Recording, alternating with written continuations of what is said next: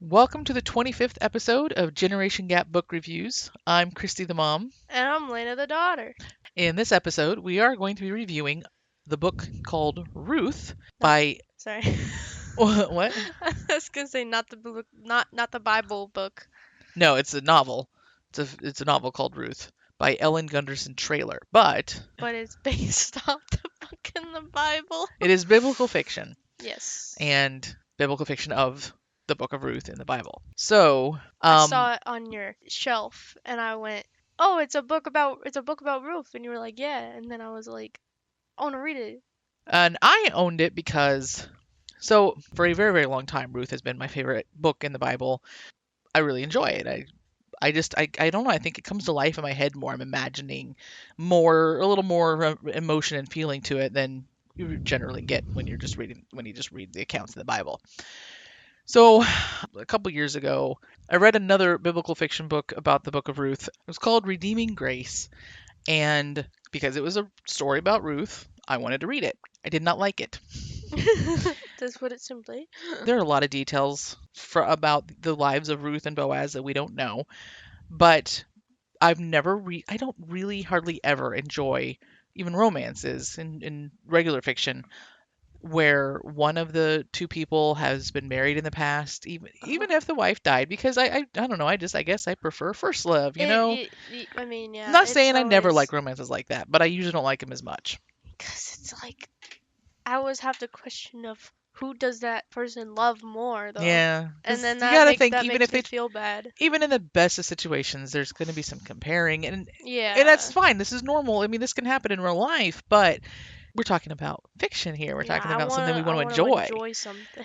And Anyways, in that other book, because of the fact that Boaz was fairly old by the time he meets Ruth, um, the author decided to come up with a reason for that, and the reason for that was he was married for 10 years to someone else, hmm, and it also the reason in the Bible he doesn't have any kids, and she thought that, well, that's not normal for this time period, so we're going to give a reason for that too. He was married to a woman who kept having miscarriages. hmm, So a good chunk of the story is spent with Ruth with her family in Moab, hmm, and Boaz married to this other woman who keeps having miscarriages. hmm, I didn't like it.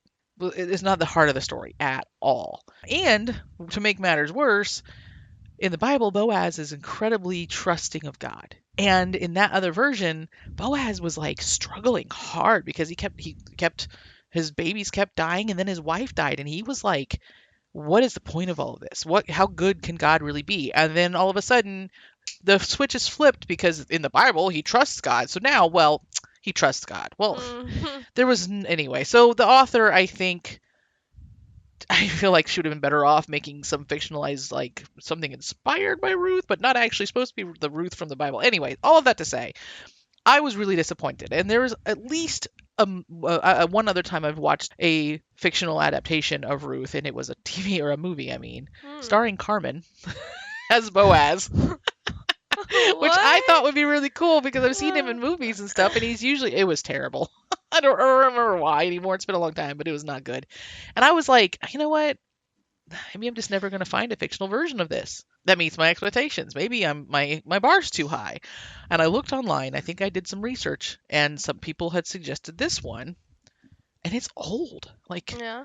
you can tell by the cover, it's an old book. It was published in 1986. So, actually not even as old as me, but still pretty old. And I wanted to read it badly enough that even though it wasn't at the library, and I don't really buy books that often, I went ahead and got it on Amazon.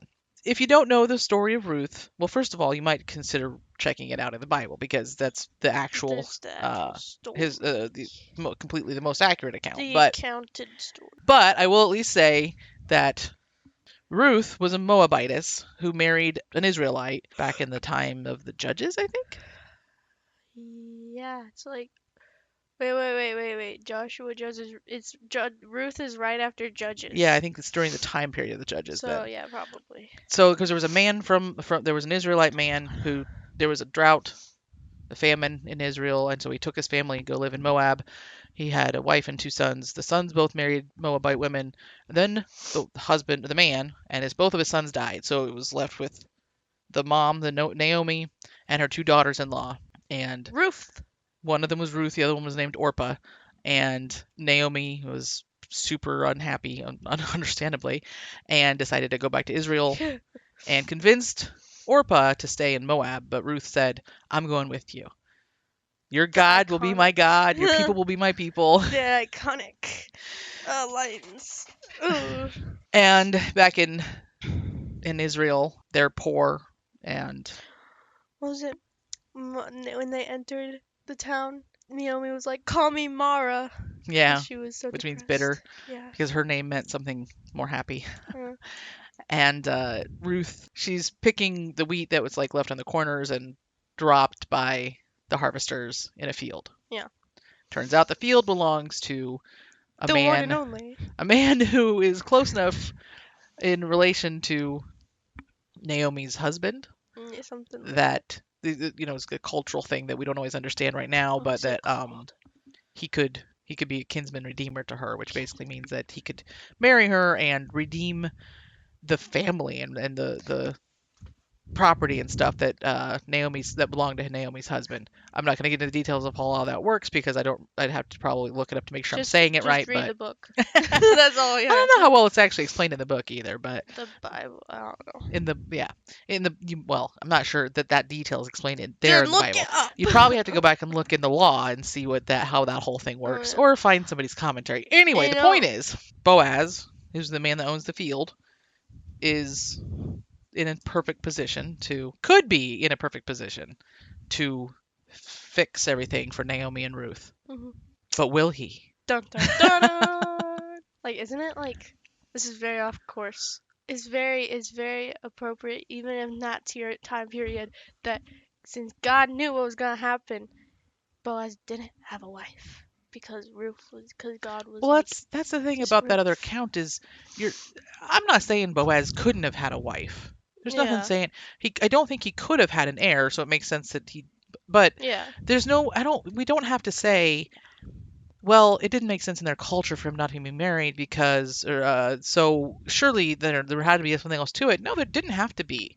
God mhm, God God can do I mean God can work with whatever, he can cause whatever, but yeah, who says he had to be for married for a while? real.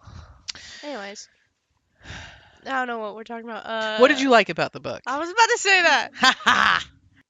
I mean, it was pretty good in a way. It was good in a way I mean, I liked the details added. I'm just saying I like how it was filled in and stuff because there's not a lot. There isn't a lot to know. I don't because think. in the Bible, 3 men in this family die, and while of course we do see Naomi's sadness, there's Mhm. not a whole lot more than that. There's not much of Yeah. that. So here we get to see how the actual devastation Yeah. it causes, and Yep. And there's also like a little background at the beginning of the book for their life and stuff. I don't know. I can't really go into details about the details because the details are the details. But I think I've said details so many times in my life. I think it's difficult to explain. There's not a lot we can really say about this one in regards to the story because Yeah. the story is the story. The story is The the details story. are the details. But I think what I liked about it is that it did bring it more to life, and it Mm. felt pretty much accurate to Yeah. what the account is in the Bible. The author didn't seem to feel the need to make stuff up that she took what was in the Bible basically and she expanded it to more of an actual story. And surely and of course there's most of the dialogue is fictional, but none of it felt Forced. forced or weird. And Mhm. one of the other things I struggle with about the other author, I read a few of her books now, biblical fiction, and when she does her biblical fiction right out of the Bible, her dialogue for people that she adds, it's not like I'm not saying it's all modern feeling, but somehow when she has dialogue, Mhm. and then it flows into like actual like words that were spoken in the Bible, Mhm. it never meshes right and it feels so Oh. disjointed. And I don't remember feeling that about this one. It just all felt like it flowed really well, and I just it was the romance that I wanted it to be. Yeah. In what I also liked about this is that the book she kind of goes on from the actual account of Ruth and Boaz, and in the end, it is very clear to the reader, that at least I thought so, that this is a love story not just about the romance between a man and a woman, but about between God and man. Yeah. Like I think she did a really good job of showing that and drawing that Yeah. parallel. Now, what did you not like about the book? I don't really know if I have anything because it's just I yeah. only had a couple of minor things. Um, there were, like I said, that all the dialogue felt true to the like felt like it meshed and stuff, but I suppose that's not technically true because the only couple of points that I had were about dialogue, Yeah. mainly that Naomi, what she went through overall seemed Mhm. real, but I felt like there could have been a little bit more build up to her comments when she gets back to whatever the town is, I don't remember, back to Israel, Mhm. about her feeling bitter and stuff. Like it's Mhm. just kind of not that didn't have reason to feel bitter, but I think her words in the Bible are pretty extreme, and I feel Mhm. like there wasn't much build up to that. But then worse than that is Orpah, the other daughter-in-law, who actually, from what I remember, was like she had no love for Naomi. She did not really care about Naomi at all. And yet, because it's in the Bible, when Naomi finally convinces Orpah to turn around and leave and go back to Moab, Mhm. Orpah weeps, Yeah. which didn't really make sense. I feel like the author probably should have had her maybe not love Naomi a whole lot, but still feel connected to her somehow, Yeah. and she didn't really do that. So that was a bit jarring, but that's it. Just those couple of things. So still, Yep. still that connection between I think the fictional account she's creating and what's actually in the Bible can be a little difficult to mesh, I Yeah. guess.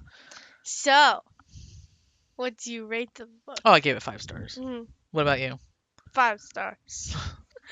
Who do you recommend this book to? I would say anybody who enjoys biblical fiction, especially anybody who has an appreciation for the Book of Ruth like me, if you by any chance find yourself thinking, yes, I love that book for the same reasons, and I really would like to read a well done fictionalized version, this is the one. That's your book. But in general, people who enjoy uh, biblical fiction or even historical fiction that involves some romance, I think this would be a good one to read. What about you? Do you have any? Agreed. But You're going to tell us about age group, right? yeah, I was literally just about to say like 14 and up, probably 13 and up. You were 13 at least when you read this, or 13 at the Yeah, oldest when you read probably it. probably like 13 and up. If you are an adult listening to this who has a teenager that is a little younger, Mhm. you might consider reading it along as well as along with them so that you can kind of discuss it or something. Yeah. And reading the actual book out of the Bible Yeah. so that you could so you can Yeah. discuss the differences. Very, very Um, true. I think that this is an example of well done biblical fiction. Mhm. It's interesting too because I think I see that to me there are like three levels of biblical fiction. Mhm.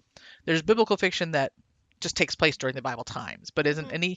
any person or any event directly out of the Bible. And at that point, it's really just historical. It's like any other historical fiction that just happens to be inspired by the Bible or by Christian history or something. Mhm.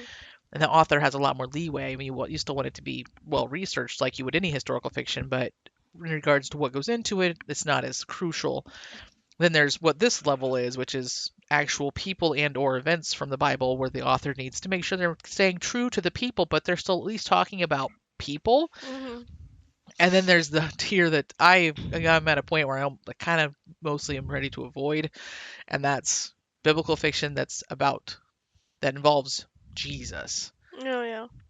himself on earth walking around, walking on earth as a man and speaking, and it always makes me really uncomfortable when people ascribe other like extra biblical words to Jesus, Mhm. to God himself. And actually even in that second tier, if you have a character that God is like directly speaking to like Moses or any of the prophets, again, if you're going to put anything in there that's not actually directly written in the Bible, you you're kind of getting into dangerous territory, Yeah. putting words in God's mouth. It's kind of a no-no. This is in the middle tier, doesn't involve anything that God said directly. And I think it's well done. I think that's it for this book. Yay! Thank you for joining us. Join us next time when we shall be reviewing two separate books. And I will be reviewing Cinder by Marissa Meyer. And I will be reviewing probably the entire series called The Emissaries by Angela Hunt, which is also biblical fiction, actually. The three books in the series are called The Woman from Lydia, The Sisters of Corinth, and The Daughter of Rome. Until next time, I'm Christy, And I'm Lena. and this is Generation Generation Gap Gap Book Book Reviews. Reviews.